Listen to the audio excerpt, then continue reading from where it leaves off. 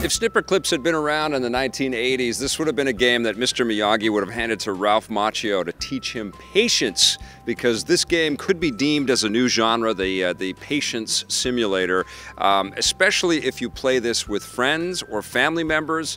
It's one of those games where relationships are in jeopardy right from the get-go. You control a couple of little sort of paper characters that can cut each other. So you do a lot of like, cut me Mick kind of impressions as you're playing this game. And you have a couple of different colors, or a few different colors depending on how many people are playing at the same time. It can play up to 4 players, which is pretty cool.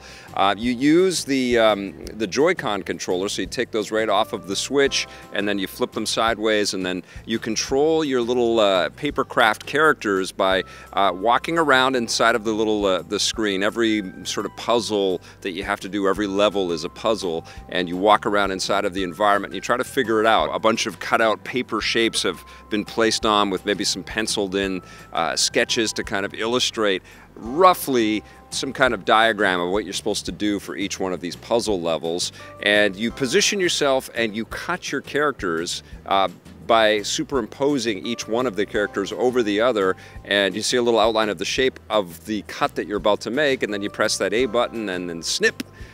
You're a different shape all of a sudden, and that different shape can help or hurt your given situation depending on what you're trying to accomplish on each puzzle level.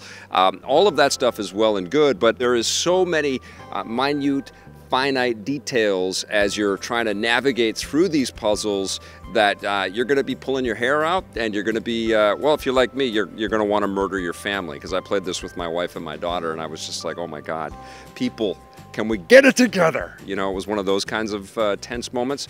Also played this with Blake, who has a tremendous amount of patience. He has to deal with me talking incessantly, and he can deal with that. So he was a great ally, I found. We were able to sort of breeze through the early levels in the game. Now, obviously, this is a game that starts challenging, you know, because it's a new type of concept. We don't really get to play too many games where you control paper characters that cut each other up into different shapes. So that's cool and that's clever.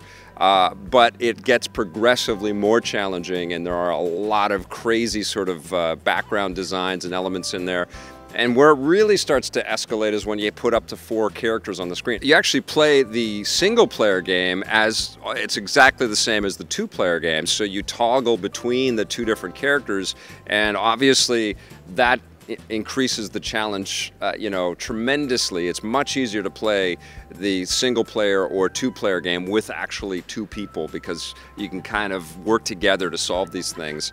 But you can also play the 4-player game with 3 people, so one of the people that's playing the game can toggle between characters, and that's hella confusing for everybody that's on the field at the same time. Everybody's like, who am I? What color am I? How come you're over there now? Wait a second, you're over this. A lot of banter, a lot of bickering, a lot of fighting back and forth, and controllers might be thrown, which is kind of ironic because this is such a cutesy, silly, you know, lovely little game. You know, it's got a sense of charm and, you know, sort of cutesy, angelic type music, sort of boppy, bouncy music. Great visual style, nice accomplishment, and it's actually a nice kind of change of pace and a nice breath after Breath of the Wild.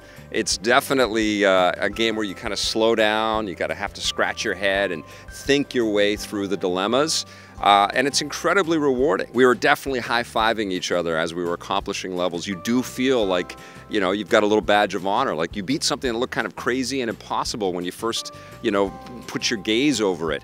Snipperclips is pretty damn amazing. It's a great launch title. I apologize that it's taken me this long to review it, but obviously I've been lost in Hyrule just like everybody else that owns a Switch. This is an excellent pickup, and I totally recommend it for every Switch owner out there.